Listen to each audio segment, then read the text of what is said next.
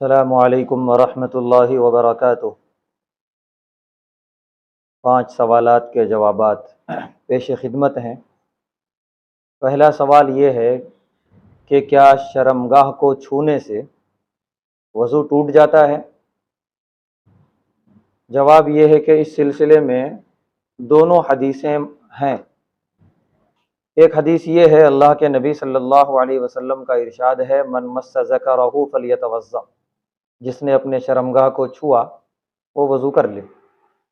دوسری حدیث یہ ہے کہ اللہ کے نبی صلی اللہ علیہ وسلم سے سوال کیا گیا کہ اگر شرمگاہ کو ہاتھ چلا گیا تو کیا اس سے وضو ٹوٹ جائے گا؟ اللہ کے نبی صلی اللہ علیہ وسلم نے جواب میں ارشاد فرمایا، حل ہوا الا بضعۃ من جسدک، وہ تمہارے جسم کا ایک حصہ ہے۔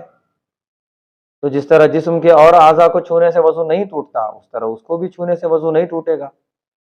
حضرت عبداللہ ابن عباس رضی اللہ تعالی عنہما سے پوچھا گیا کہ کیا شرمگاہ کو ہاتھ لگانے سے وضو ٹوٹ جاتا ہے؟ تو انہوں نے بھی جواب دیا، ما ابالی، مجھے اس کی کوئی پرواہ نہیں ہے، مطلب وضو نہیں ٹوٹتا ہے۔ اور اس کے علاوہ بہت سارے صحابہ ہیں جس میں حضرت عمر رضی اللہ تعالی عنہ ہے، حضرت علی رضی اللہ تعالی عنہ ہے، حضرت عبداللہ بن مسعود رضی اللہ تعالی عنہ ہے، اور بھی صحابہ ہیں جن کی رائے یہ بنی تھی کہ شرمگاہ کو اگر ہاتھ لگ گیا تو وضو نہیں ٹوٹے گا۔ البتہ وہ یہ کہتے تھے کہ بلا ضرورت ہاتھ کا وہاں جانا یہ اچھی بات نہیں ہے، یہ غیر اخلاقی بات ہے۔ تو اسی لیے حنفیہ کی رائے یہ ہے اس سلسلے میں کہ وضو نہیں ٹوٹتا ہے، صرف ہاتھ دھو لینا چاہیے، آدمی ہاتھ دھو لے اس کا وضو باقی رہے گا۔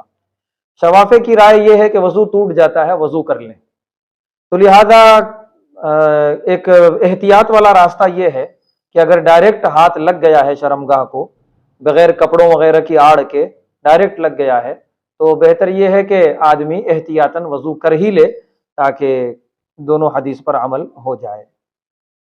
دونوں حدیث پر عمل ہونے کا مطلب یہ ہے کہ جس حدیث میں ہے کہ وضو ٹوٹ گیا تو وضو کر لیا، اور جس حدیث میں ہے کہ وضو نہیں ٹوٹا ہے تو اس میں بھی کوئی حرج کی بات نہیں ہے، وضو پر وضو کر لیا اگر آدمی تو کوئی حرج نہیں ہے، کوئی گناہ نہیں ہے۔ دوسرا سوال یہ ہے کہ اذان کا جواب، اس کا طریقہ کیا ہے؟ اذان کا جواب دینے کا طریقہ یہ ہے کہ مؤذن جو بھی کہے اذان میں ہم وہی جملہ دوہرا دیں، لوٹا دیں۔ مؤذن نے کہا اللہ اکبر تو ہم بھی کہیں اللہ اکبر اللہ اکبر۔ مؤذن نے کہا اشہدو ان لا الہ الا اللہ تو ہم بھی کہیں اشہدو ان لا الہ الا اللہ۔ مؤذن نے کہا اشہدو ان محمد رسول اللہ تو ہم بھی کہیں اشہدو ان محمد رسول اللہ۔ جب مؤذن کہے حی علی الصلاۃ اور حی علی الفلاح تو اب اس کے جواب میں ہمیں جو کہنا ہے وہ ہے لا حول ولا قوت الا باللہ، جس کا ترجمہ یہ ہے کہ کوئی طاقت کوئی قوت نہیں ہے، صرف اللہ تبارک و تعالیٰ کے پاس ہی ہے، سوائے اللہ کے کوئی طاقت کوئی قوت نہیں ہے۔ تو حی علی الصلاۃ حی علی الفلاح کے جواب میں یہ کہنا ہے ہمیں، پھر اللہ اکبر کے جواب میں وہی کہنا ہے، لا الہ الا اللہ کے جواب میں وہی کہنا ہے۔ اگر فجر کی اذان ہے تو اس میں ایک چیز اضافہ ہے، حی علی الصلاۃ حی علی الفلاح کے بعد مؤذن کہتا ہے الصلاۃ خیر من النوم، اس کے جواب میں ہمیں یہ سکھایا گیا ہے کہ ہم یہ کہیں صدقت و بررت، اس کا ترجمہ یہ ہے کہ اے مؤذن تم نے صحیح کہا اور تم نے بڑی نیک بات کہی، یہ جواب میں ہم کہیں۔ تو اذان دینے کا جواب یہ ہے، طریقہ یہ ہے۔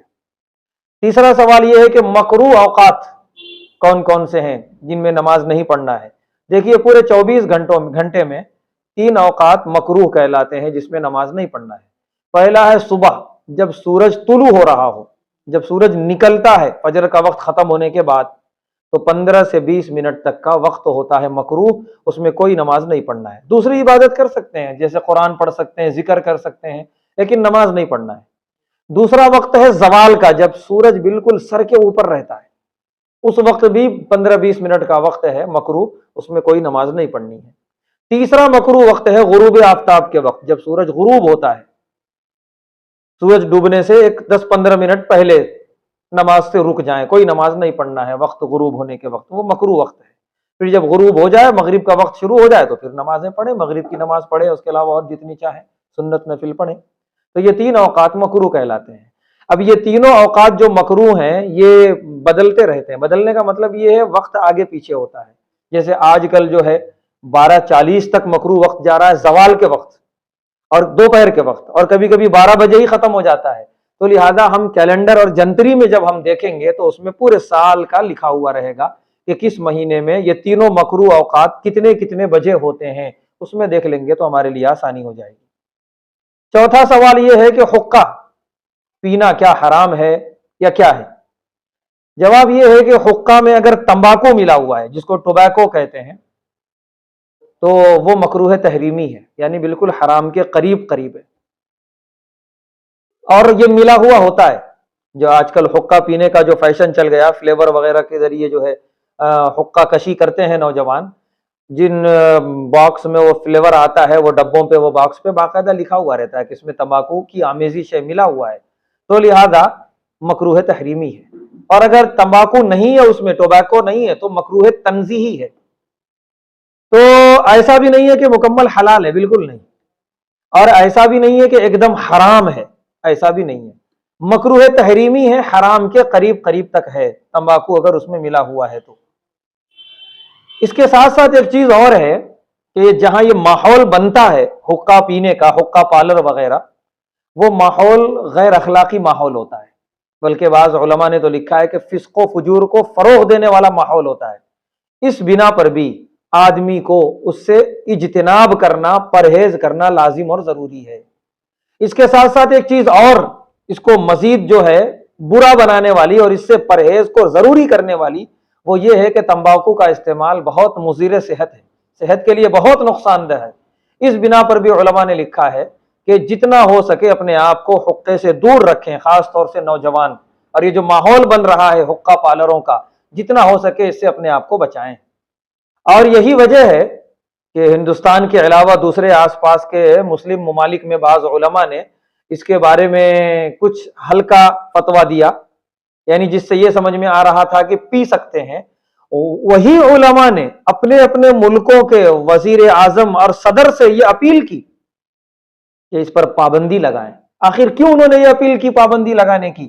اس وجہ سے کہ انہوں نے دیکھا کہ اس کی وجہ سے ماحول جو بن رہا ہے نوجوانوں کا، بڑا غلط ماحول بن رہا ہے، اس سے عیاشیوں کے دروازے کھل رہے ہیں، دوسرے اور بڑے بڑے گناہ کے دروازے کھل رہے ہیں۔ تو باوجود یہ کہ انہوں نے فتویٰ ہلکا دیا، لیکن اس کے باوجود بھی حکومتوں سے اپیل کی کہ اس کے خلاف مہم چلائیں۔ اور خود ہمارے ملک کے اندر کبھی کبھی ہمارے پولیس کا محکمہ حقہ پارلروں پہ جو ہے چھاپے مارتا ہے۔ اس کا مطلب یہ ہے کہ ان کی نظر میں بھی یہ غلط ہے۔ جب ان کی نظر میں غلط تو شریعت کی نظر میں کہاں سے صحیح رہے گا؟ اسی لیے نوجوان صرف لفظ مکروہ کا غلط استعمال کرنے کی کوشش نہ کریں، یہ ہر حال میں غیر شرعی ہے، صحت کے لیے بھی نقصان دہ، دنیا اور آخرت دونوں کے لیے۔ اس سے جتنا ہو سکے دوری اختیار کریں، اسی میں بہتر ہے۔ آخری سوال پان کھانے کے بارے میں ہے، تو اس کا بھی وہی جواب ہے کہ پان اگر زردے والا ہے تو مکروہ ہے اس کا کھانا، اور اگر زردے والا نہیں ہے، میٹھا پان، سادہ پان ہے جس کو سونف کھوپرا یا سادہ پان کہا جاتا ہے، وہ حلال ہے، اس کے کھانے میں کوئی حرج نہیں ہے۔ جزاک اللہ خیر۔